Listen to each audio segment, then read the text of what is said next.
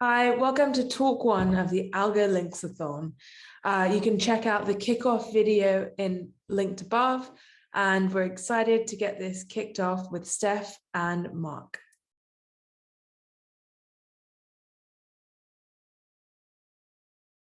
First up is Steph. So Steph is a medical student with a background in neuroscience, blockchain, policy, and ethics. And today she's going to be talking about bioethics and decentralization, how mindfully built decentralized systems are not an option, but a necessity. So if you want to take it away, Steph.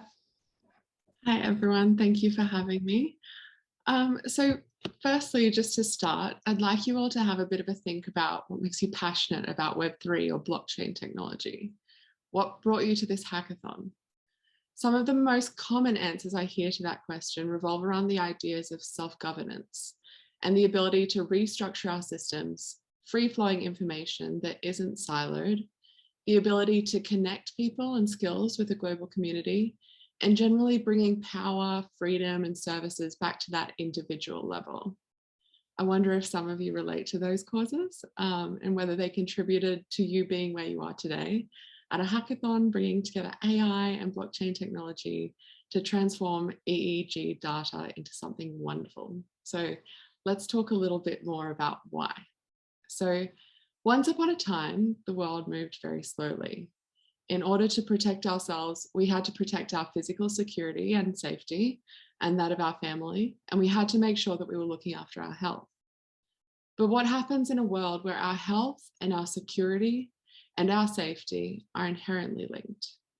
A world where the things protecting our health may actually be the things to betray us. What if these therapies were the cause of enhanced socioeconomic disparity and not working to achieve parity and equality of opportunity and circumstance? So digital health has transformed our idea of traditional healthcare. And now digital health can mean anything from telehealth to electronic medical records to online health programs to wearable devices.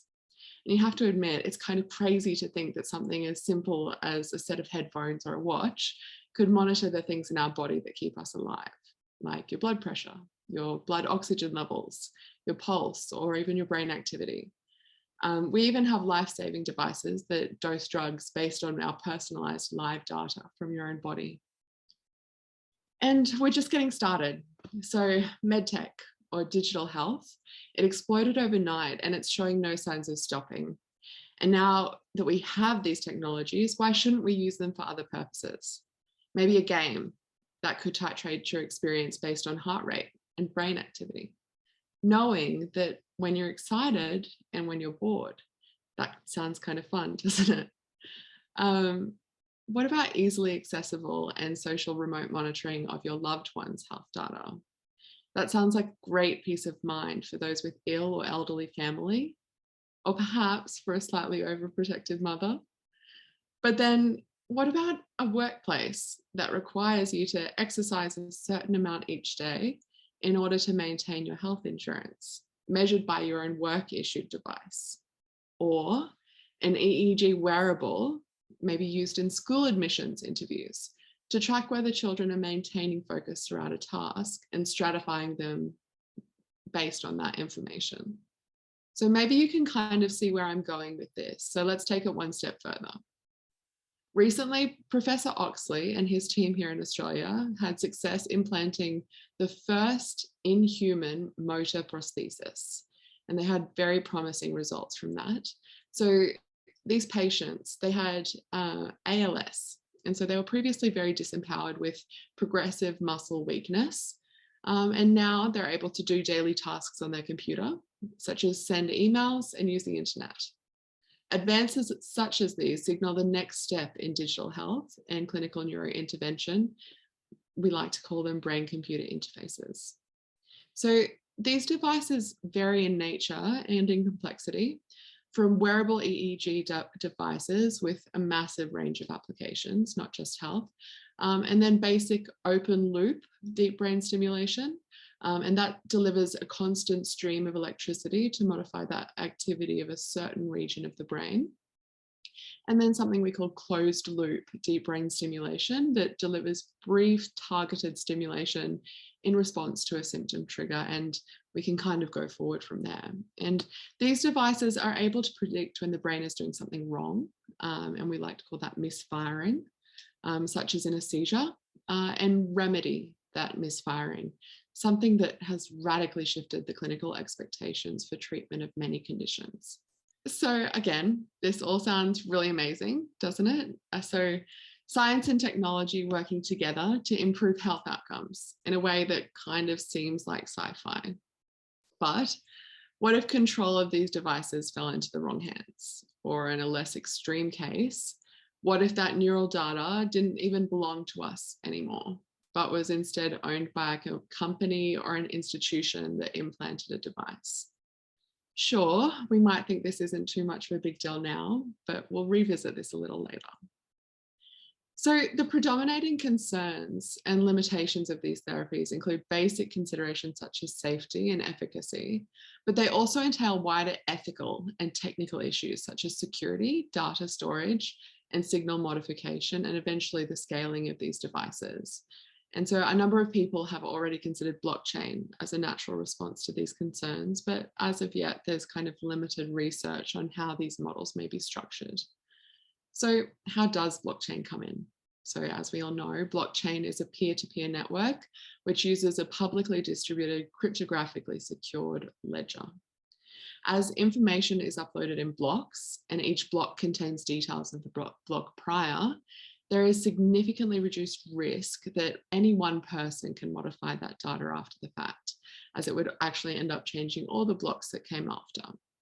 For that reason, it's really great for things like drug traffic tracking and monitoring, and secure and complete transfer of patient medical records. And each user that contributes to that data on chain has their own personal identifier and wallet, which opens the door to individual transactions on chain, and that's complete with their own password, allowing that patient increased transparency and control in the way that they might be able to access their medical records or see who's accessing their medical records and editing and using them. So currently, an alternative to blockchain technology is providing external sources complete access and ownership of patients' data on company or institution-owned centralized servers. And that's a bit of a danger because it is then open to exploitation and sale, subject to server costs, regulation, interference, things like this. And so blockchain technology may allow patients to reduce vulnerabilities to those therapeutic companies and increase patient trust through enhanced security and autonomy. But why is that also important? Let's go back to the start and talk a little bit about the basic principles of bioethics. So the principles of bioethics were established to protect and preserve the things that we find important, the base components of care that we must preserve in order to maintain a good quality of life and compassion for those needing care. A couple of these principles were developed from the Hippocratic Oath, which you're probably aware of from the do no harm principle.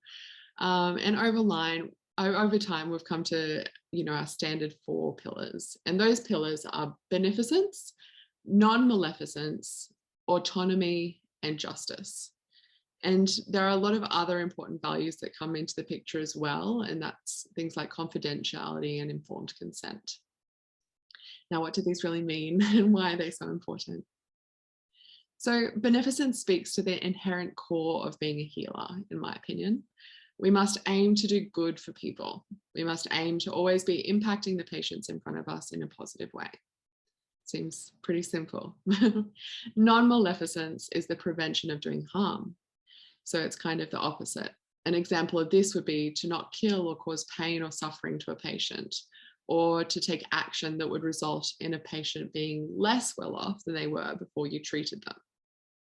Autonomy speaks to the inherent right for patients to make informed choices about their care. So this reduces the risk of caregivers exerting excessive or undue control over another person.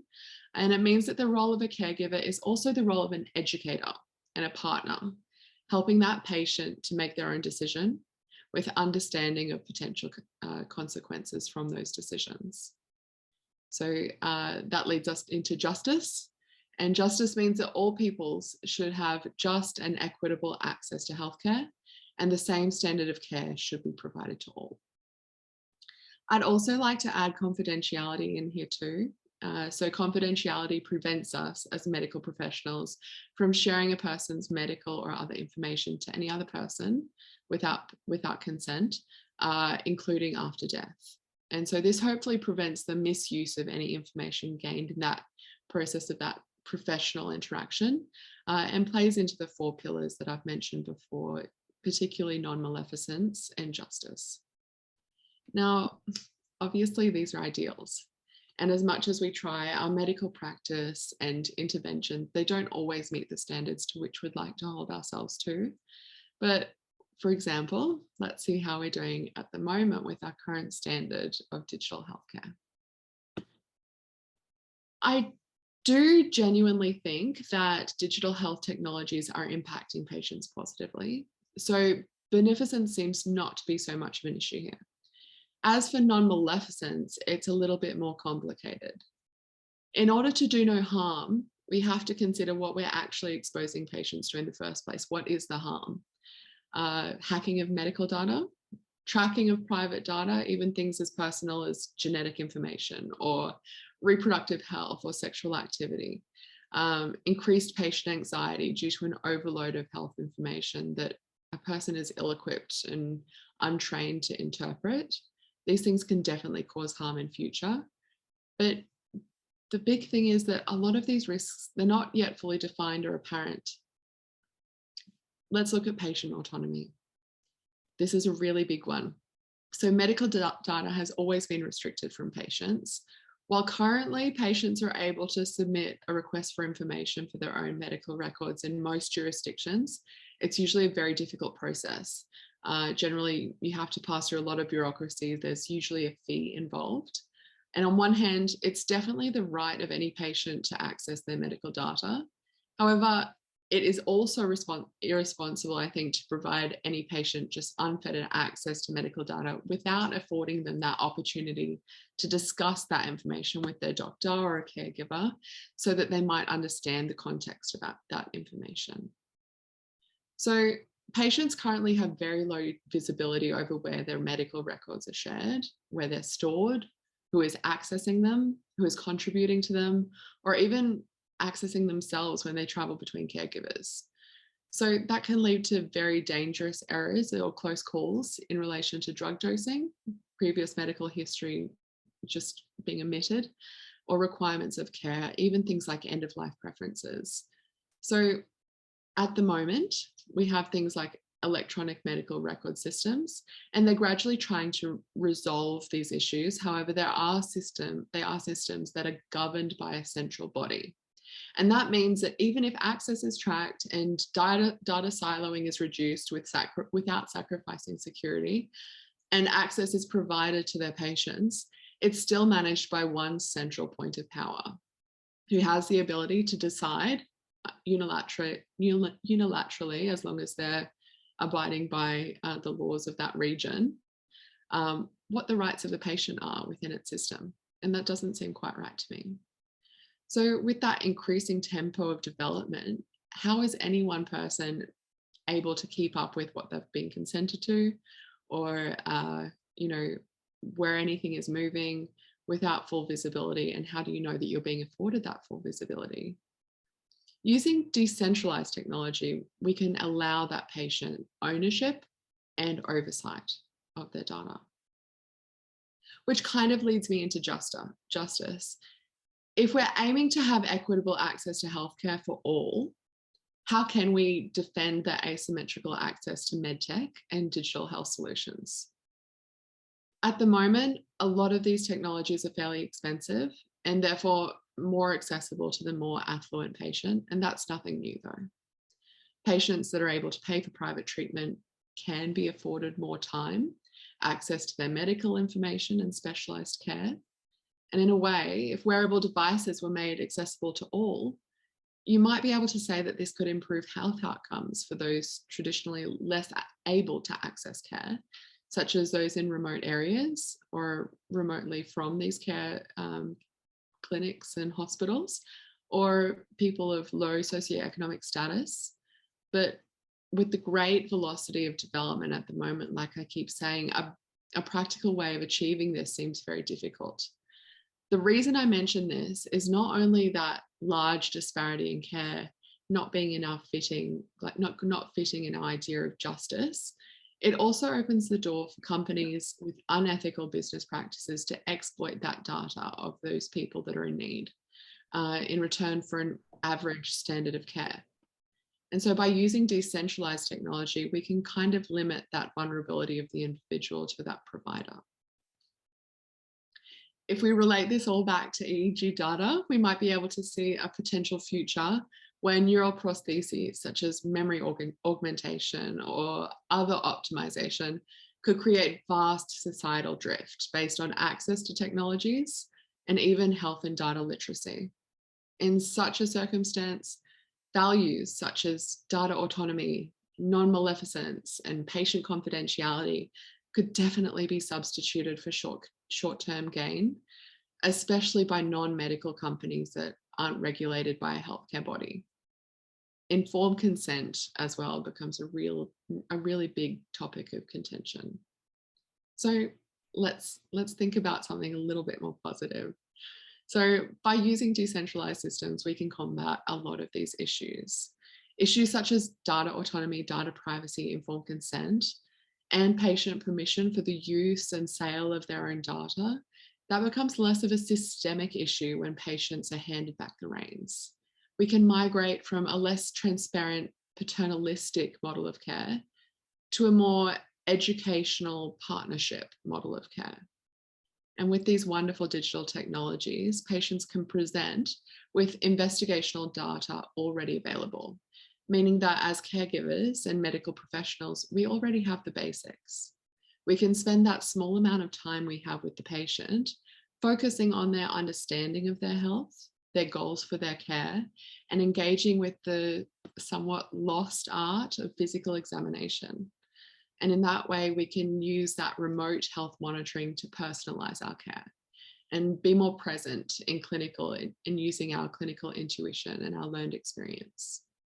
Honestly, in my opinion, a lot of this comes back down to trust.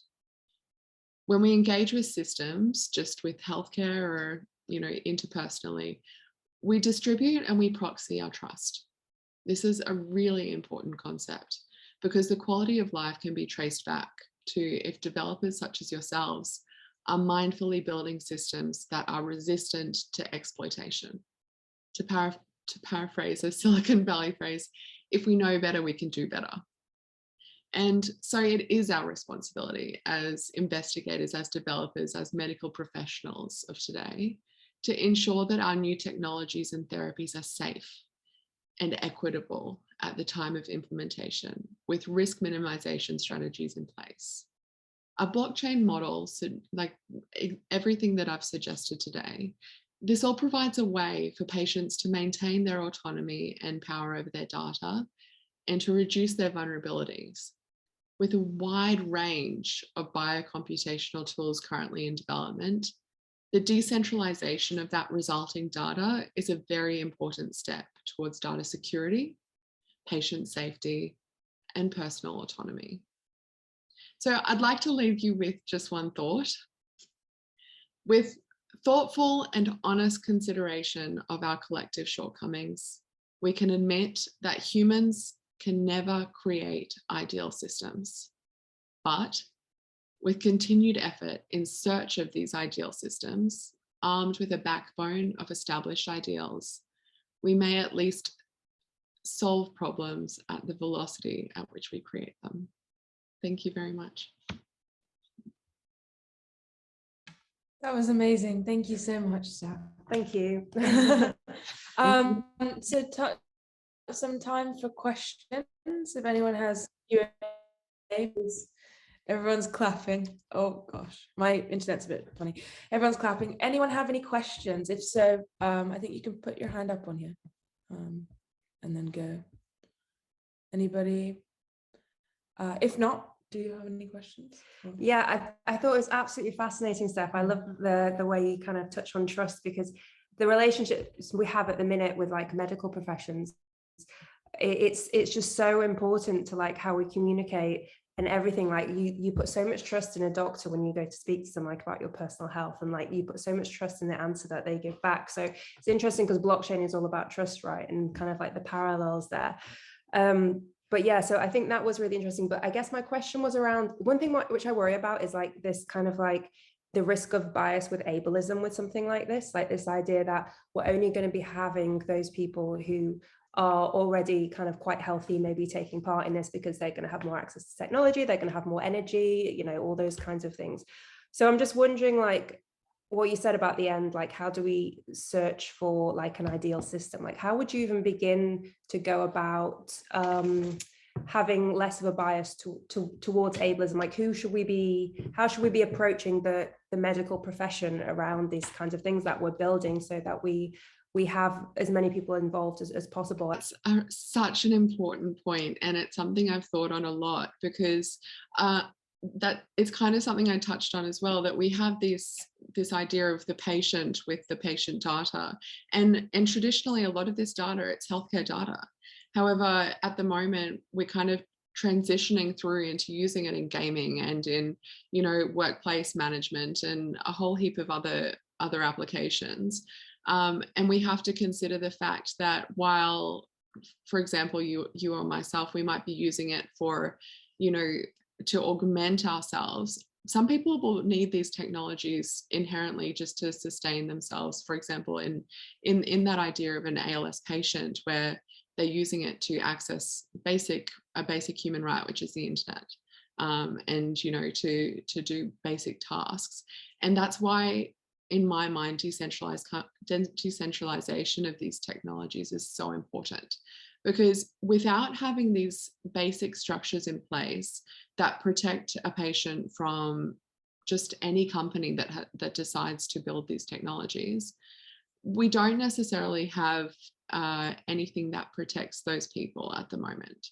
So if I were to say, oh, you know, this company looks a little bit iffy to me, I'm not going to use that technology, I'm going to wait till something else comes along, I might make a different decision if I had low access to healthcare and I thought this might be able to help me, or if I was potentially disabled and this was going to be life-changing therapy or life-saving therapy. And so I think really where it comes down to is the fact that if we build systems in place, not just building systems in a technological sense, but also in a policy sense, and kind of regulating these things in prior to becoming clinical, so in a preclinical sense, then hopefully by the time that this becomes a clinical application, we are, you know, prepared. But obviously it's a lot of work. You know, that was a really good answer. Thanks, Steph. Thanks. I just have a couple questions on the chat, and then we'll move on to Mark has a question. So, so great talk. Given the enormous lack of good healthcare around the world, how can we empower each person? And also, how can we avoid large databases with little consent to allow AI algorithms at scale? They're just in the chat, the questions. Yeah, so I suppose there's a couple of questions in there. How can we empower each person? I think this is, you know, potentially going back to that basis of decentralization at its core, isn't it? Because if we are able to create, you know, access to these decentralized technologies that isn't super expensive, the whole point of it is that we can leverage skills, and we can increase accessibility to people, and we can create that global community which may have left some people behind traditionally and in that Web 2 world. And that reduced data siloing and things like that, it really does benefit the people that aren't within those silos. And the other question speaks to avoiding large databases with little consent. And I think this is a really good discussion for our friends at Algovera, which is obviously that company that looks at AI, and we combine that with blockchain. And the reason I love Algovera and the idea of combining these two technologies is I see them as almost natural complements. So we look at AI as these large databases, which are inherently are centralized, are inherently used to create order and to almost synthesize, and blockchain and decentralized technologies, it kind of seems the opposite. But if you put that together, you get a magical kind of technology in my mind where you can have permissioned structure, and you can have a permissionless, I beg your pardon, but permissioned on the individual level. And you can kind of look at these kind of things that seem scary, like the large databases and the increased personalization, and protect yourself while you're doing it, if that makes sense. A lot of sense. Thank you. And Mark, your question. Yeah, sort of a question observation. So it's just in the World Sleep Congress in Rome, and there was a research group that presented this really awesome model for doing automatic sleep staging. It had been trained on a research data set of EEG. And then there were other researchers in the room that were asking, hey, can we use this model? And then they weren't allowed to, all because of the data permissions and protections in the EU. So I'm also wondering how we ensure that there's the ability to use or to repurpose data from these studies. And how do you think we could set up those permissions as soon as possible to really have AI that's usable for people, as opposed to kind of being siloed in that development process? This is also something I've thought on quite a bit. And I think that's maybe also another beauty where it comes to combining AI and EEG data and blockchain technologies, because you can actually allow, by building a system, you could essentially allow that patient to say, sure, I don't mind my data being used in X study or Y study, but not, this study over here. And by doing that, obviously with a lot of very delicate balanced work, even be tokenized at some point. So you have these people that you are actually almost balancing out that ableism and that difficulty, because you're saying, well, if you have a condition that is useful in terms of development, you might even be compensated for the fact that you're needing to use this technology. And that, I think, might increase that the uptake of people wanting to be sharing that data.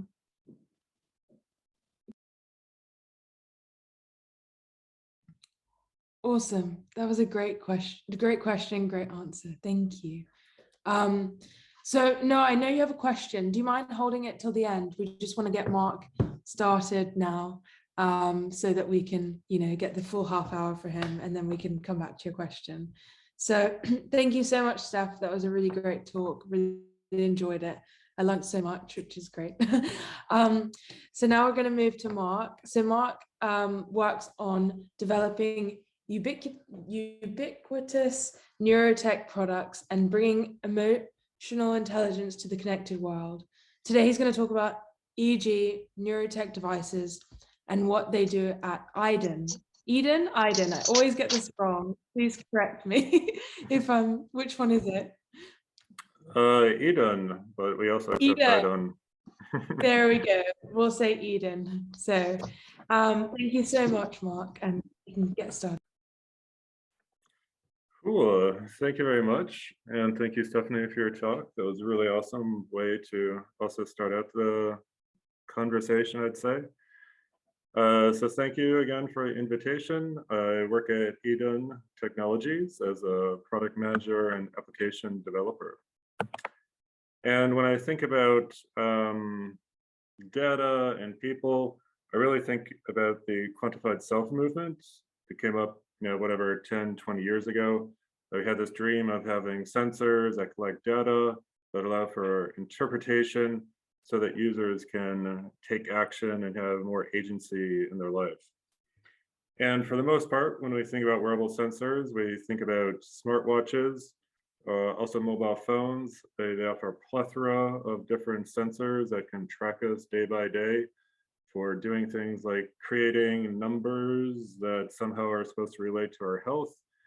And this is one of the big challenges that we see is how do we actually quantify the person? How do we quantify the human so that the data that's being created is also interpretable by normal people instead of just creating new algorithms, which we don't really understand in the end what action we're supposed to take to improve our lives.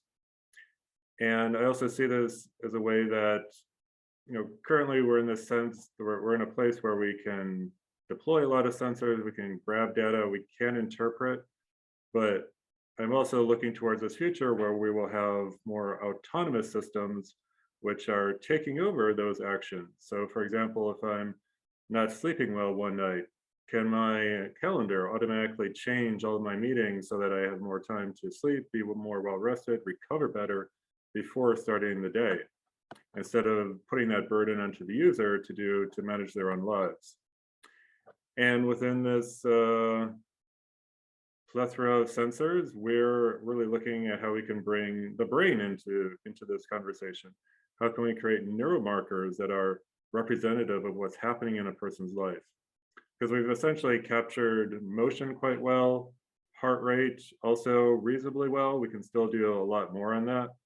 And what's really interesting is that from these different sensors, we can then capture heart rate variability. We can relate this to stress. We can relate motion to human activity recognition, understanding how movement and your lifestyle is then affecting your brain.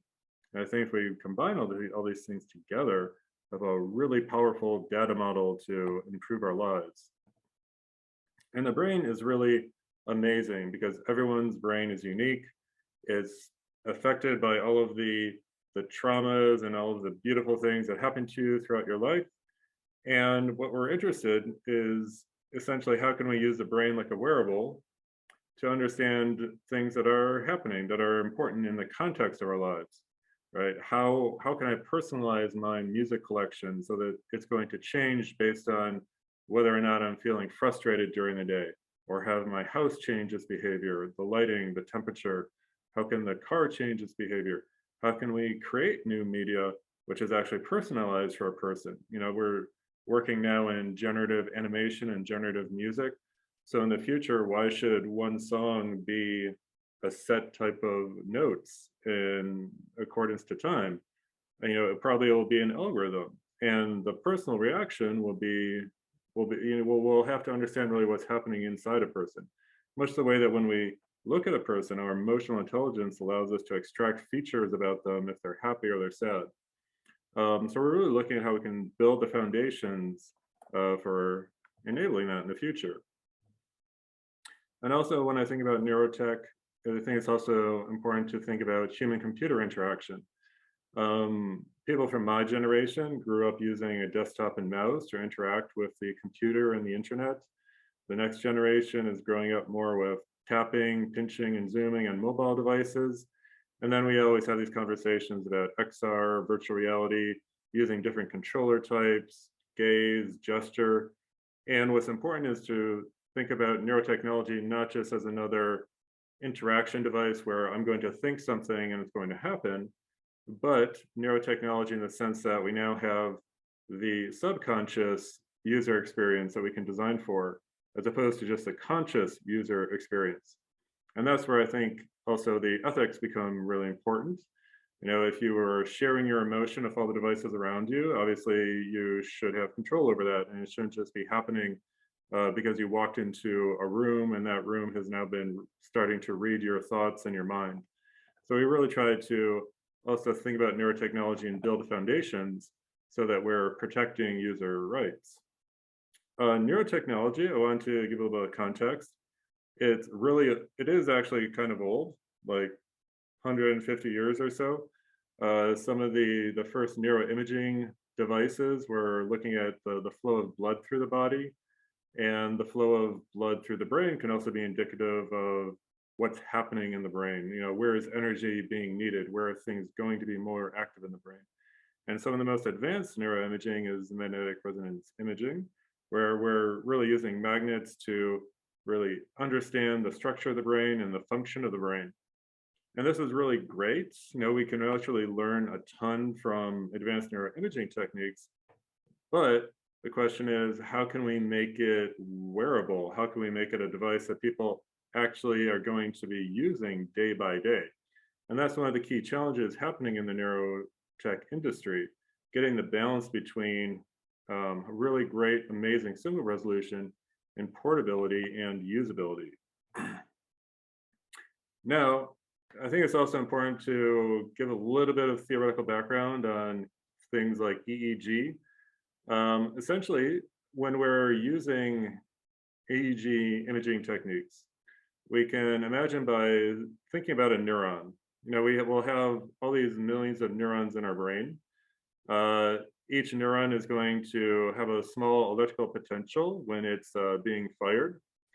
And when a lot of these neurons are grouped together and they're all firing and they're all being active, then we can assume that that brain region is connected to something, right? So if we're doing motor experiments where a person is doing some sort of manipulation activity and we see that there's a certain part of the brain in the motor cortex that's being excited, then we sort of deduce, okay, this part of the brain is to be connected with what's happening in the person. And there's been a lot of, the EEG is probably one of the best examples of how we can use neurotech in society because it's actually still relatively simple to do. Essentially, we just take an electrode, we put an electrode array around the scalp of a person, and then we usually put some conductive gel between the electrode and the skin so that we can increase the conductivity between those firing neurons, having their electrical potential going to the surface of the scalp, and then picking it up with hardware devices. So it sounds complicated, but then when we start actually building these devices, they're pretty straightforward. We're just amplifying a voltage signal on the brain and then looking at how this is affected by the context of the person and what they're doing in reality. And this has started to also evolve. So instead of just using wet electrodes, which is the clinical standard, there's a ton of materials research to develop dry electrodes.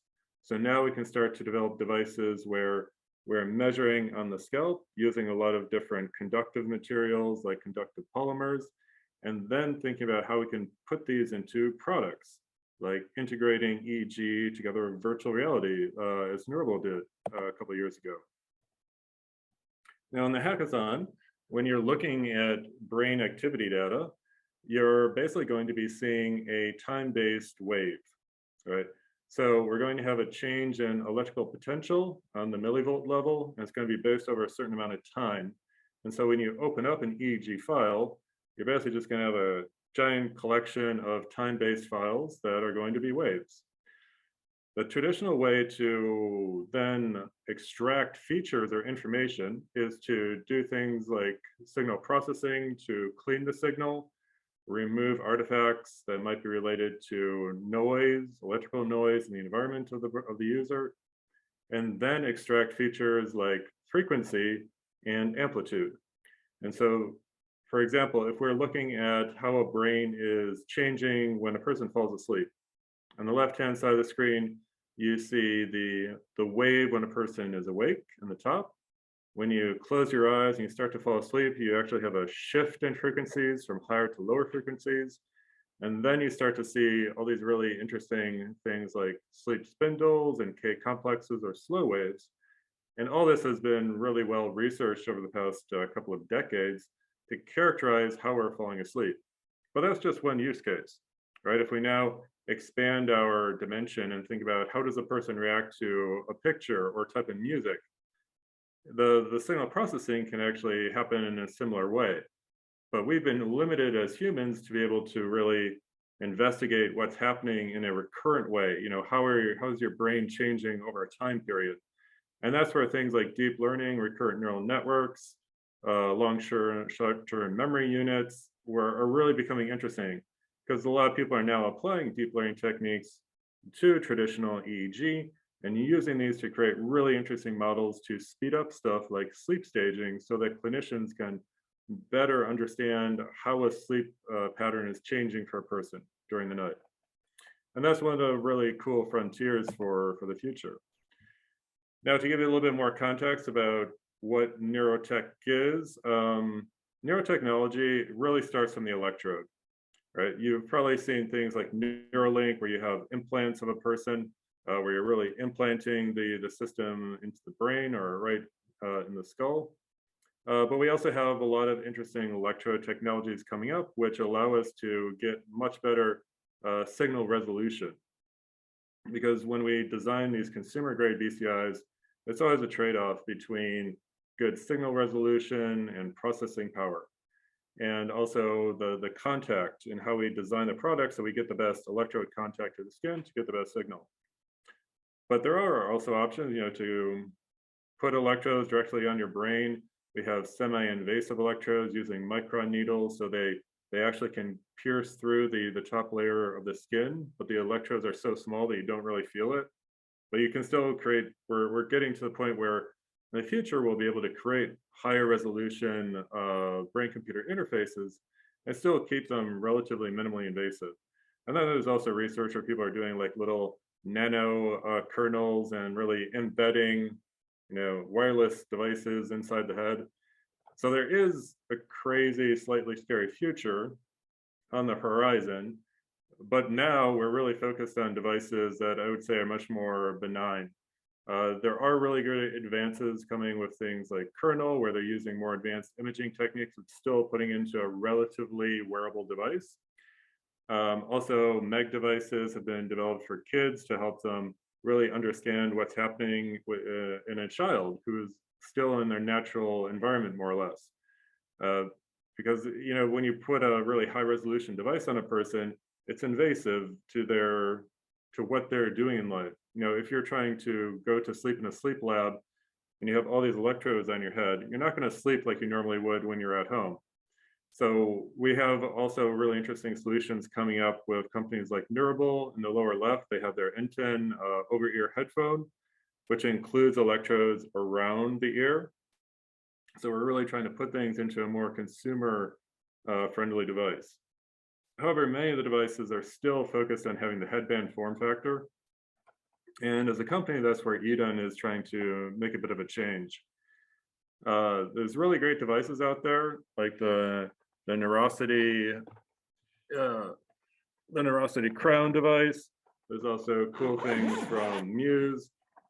Many of the neurotechnology devices that we have nowadays are getting smaller, more easy to apply. And so the mobile use case is getting more and more important. But fundamentally, I'm always thinking about what happened with augmented reality and Google Glass when people started wearing Google Glass on their head, on their face. And it was very intrusive to society because society, just from an acceptance standpoint, wasn't really ready for that to be happening in real life. And this is a bit of the stigma that I feel is still, it's one of the design challenges we have with BCI devices. How can we make them integrated in a lifestyle product, which people are naturally using, and not create friction by trying to force them to use a different type of form factor that they wouldn't be using normally. But for some use cases, like virtual reality, it makes a lot of sense to integrate VR, because those devices, the user already knows they're going to put something large on their head. So when you're just adding electrodes to that, it's not really changing their lifestyle. It's not changing the use case really. And that's where I'm really excited about having more seamless and ubiquitous EEG or other imaging technologies, because this is where things become really interesting. If we can understand longitudinally how things are changing in the brain during the day, during a year, during a lifetime, it opens up this whole new world, which we just not been able to access yet. And that's why at IDUN, we are really focused on the ear. Alongside smartwatches, the hearables are basically the most ubiquitous, socially acceptable, wearable sensor communication platform in existence. People are using earbuds not just to listen to music, but to really change their sound environment.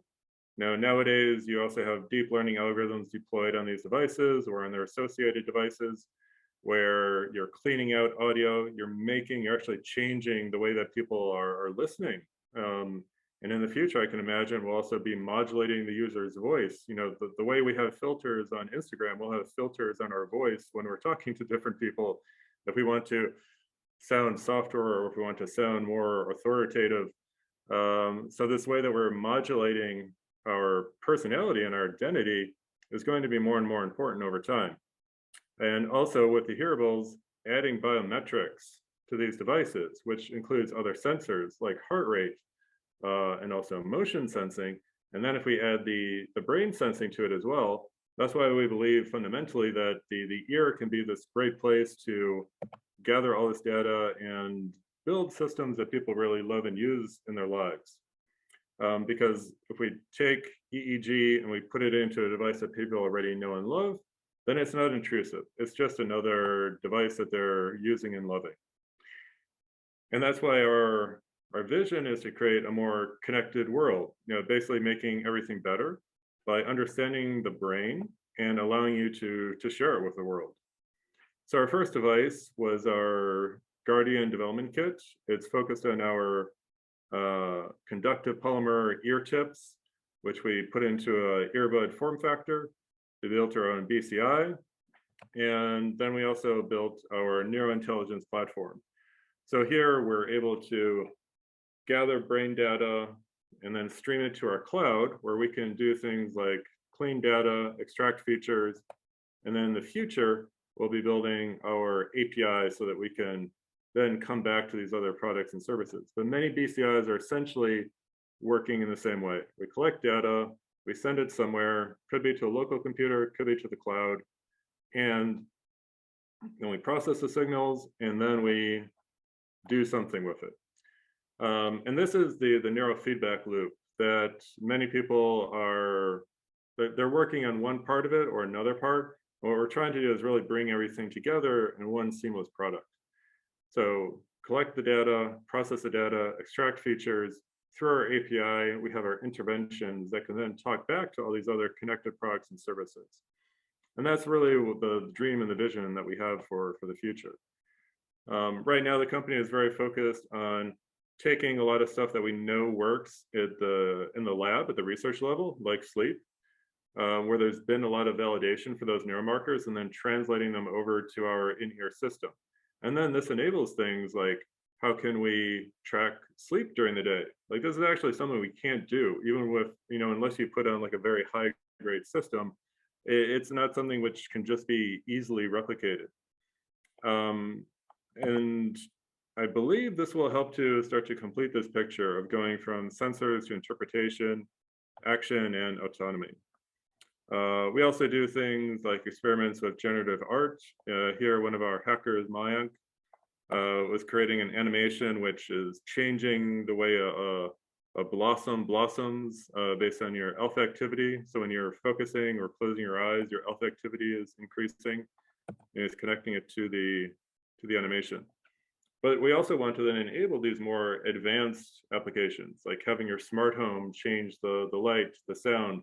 How do you make a person be more comfortable when they're going to sleep, right? Light is affecting how you're falling asleep. It affects your circadian rhythm. How can we just help your environment modify itself so that you're leading a better life? How can we modify the way that music is automatically being generated in order to help your meditation journey? Right? These are a lot of the questions that we were in a lot of the value and application areas that we're exploring right now. And we're also interested to explore other areas in hackathon and, you know, exploratory formats. And since the metaverse is also a timely question coming up, you know, when we are modifying our identity in the connected world, it goes back to this idea of what's a metaverse.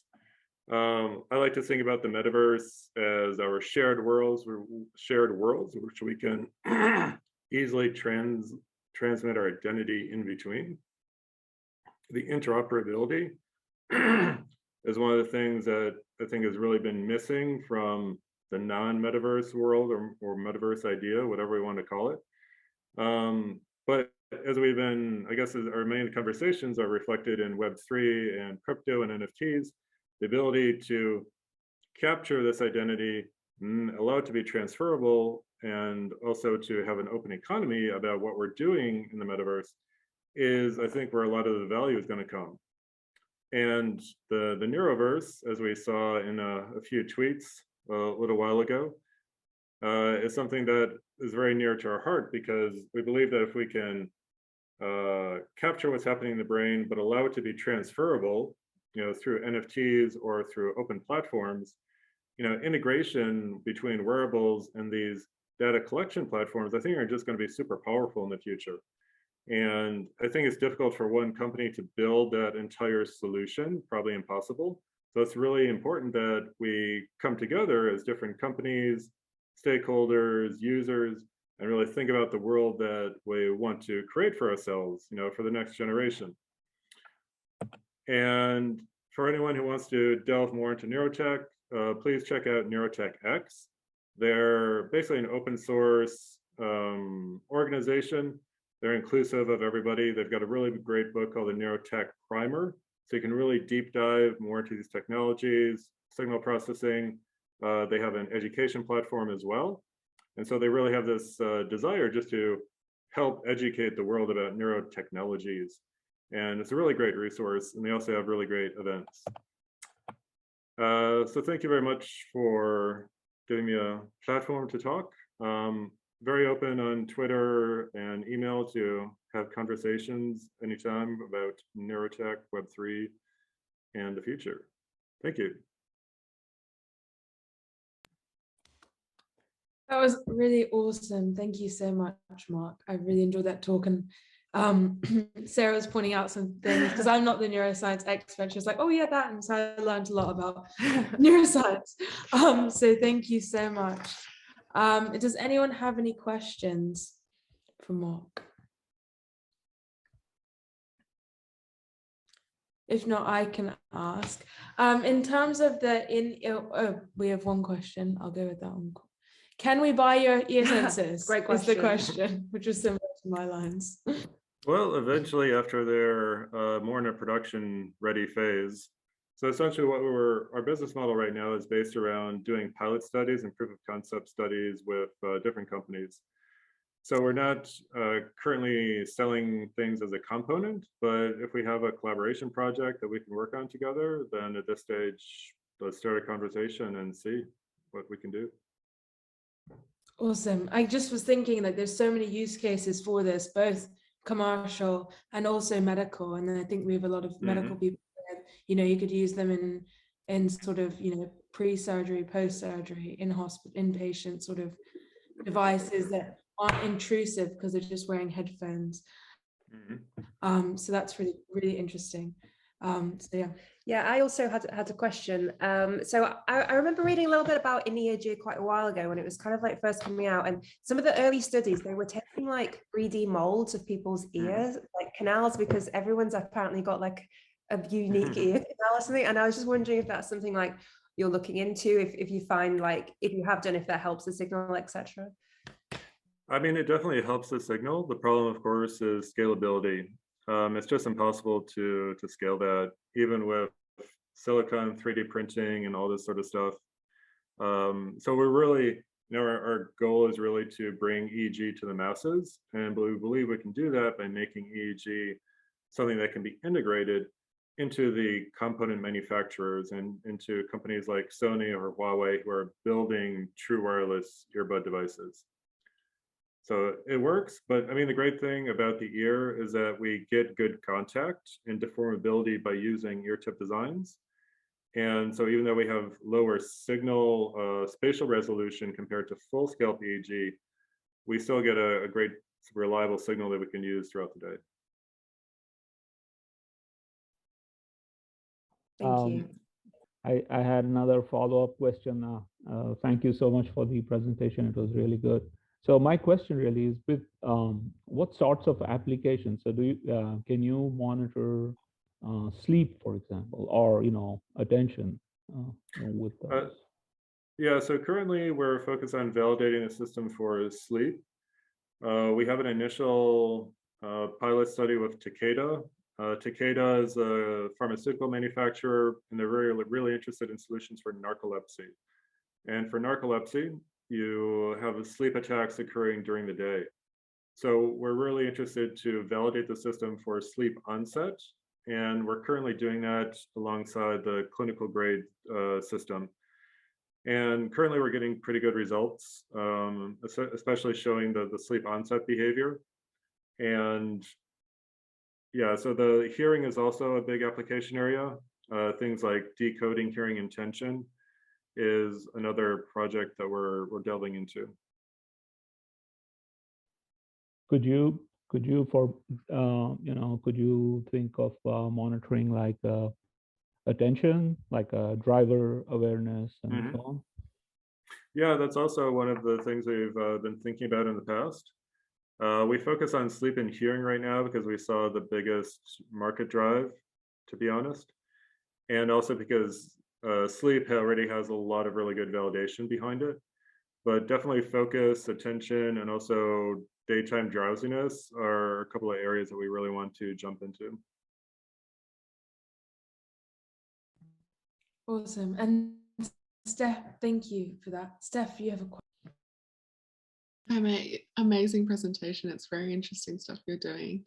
My question is, so my background is in single cell in vivo electrophysiology.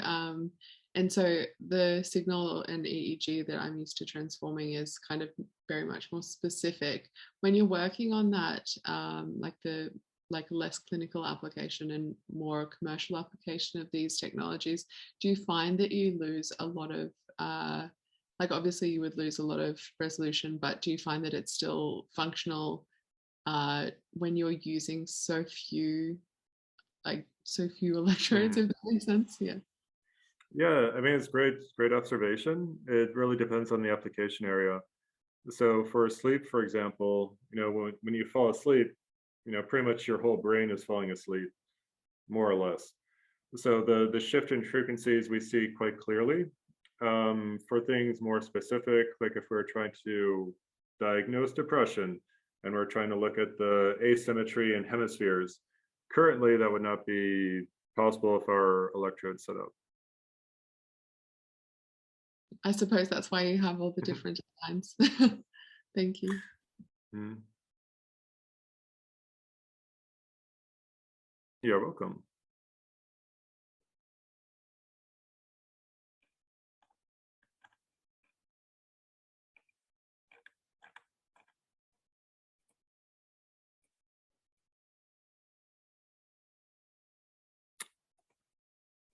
I'm not sure, but I believe our host may have dropped off for a second. Am I back? Am I here? Our internet's a bit Hello. dodgy. Am I back? Can you see us? Okay, that's fine. Sorry, it just started to cut out, so I needed to change internet.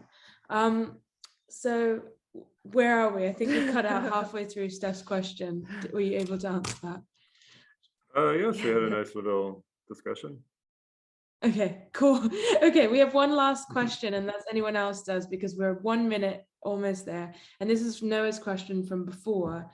And it's just asking about what kind of systems do you foresee as being a means of transparently representing the aims of a study, such as, medical data, wearable data, to the average person? And I think what this is getting at is like, how do we communicate what we're doing to people who aren't domain experts? So I'll put that to the floor. I can speak to that. I think it's really, really important to not just think about, obviously people that would actively be searching out these technologies, but very much engaging with the average Joe Jane, as Noah had mentioned. Myself, I came from a rural background, and I know a lot of people that, aren't particularly health literate. And I think that not only with health, but particularly with technology, and especially when you're putting them together, if you're not communicating to end users of any technology at the entire social scale, then you're really setting yourself up for failure, because you do create a societal, that societal drift, as I mentioned. And I mean, look at our recent issues with vaccinations for COVID. Certain things like this, you can see that lack of education.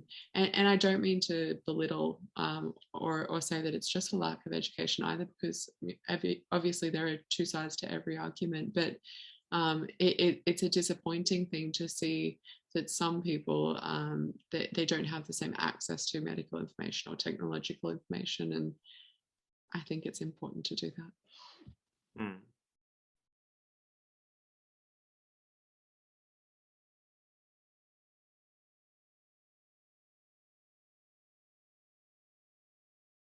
So I suppose, yeah, as a means, I think increasing education just generally for any kind of STEM field and all of this kind of, you know, medical tech literacy. But definitely when it comes to the permissioned accesses of their data, that has to be something that's based within the system itself, I believe.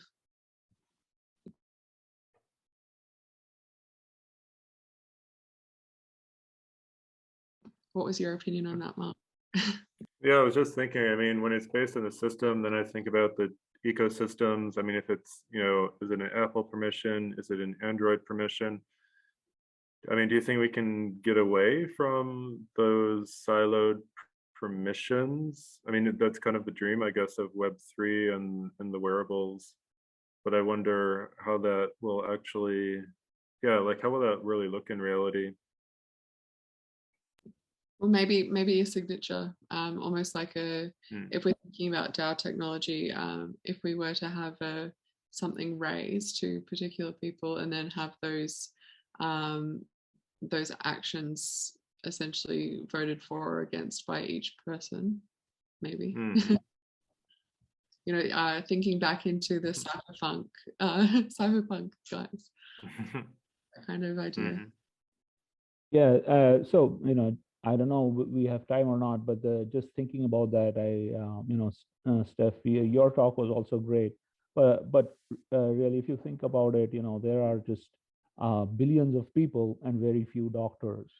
So essentially, you know, at some point of time, you have to start relying on AI more and more. Actually, sometimes there's no clinician involved.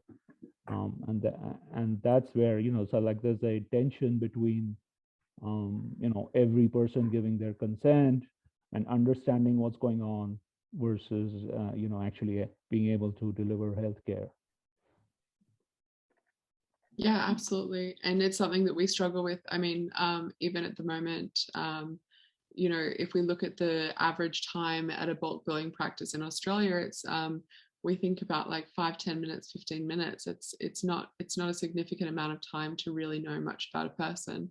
But if we do have, you know, these med tech or digital technologies that we trust, then we can use them to our advantage, and we can even sign off on these things with, you know, with a bit more oversight than we would if, you know, people were making their own just independent decisions without a physician.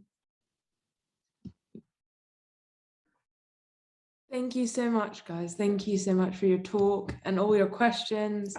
I think we will wrap it up here just because we don't want to go over time too much.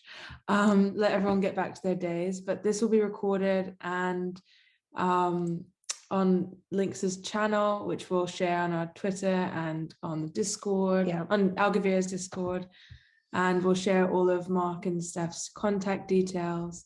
So you can get in contact with them and ask them more questions. I hope that's okay to say on their Twitters and stuff. And if there's anything else from you, Richard, just to say, oh yeah, well done in the hackathon, everybody. I hope you're getting on really well. I hope that talk helped a bit more with like the EG data. I know that Mark's talk, definitely there was some graphs, some clues in there about eyes open, eyes. I think we were just wrapping up anyway, but yeah, I'm not too sure how good my microphone is. I'm on holidays and I don't have it with me, but yeah, that was really interesting, everyone. So yeah, hopefully I got a few. I'm very new to all this stuff as well, so it was great to hear from people working in neurotech about how this stuff works. And so, yeah, hopefully there's a few ideas in there for the hackathon and stuff. So yeah, it was very interesting. Cool. Thank you. Looking forward to the hackathon results. Awesome. Thank you very much, and good luck, everyone. Thanks, everyone. Thank you. Bye-bye. Ciao.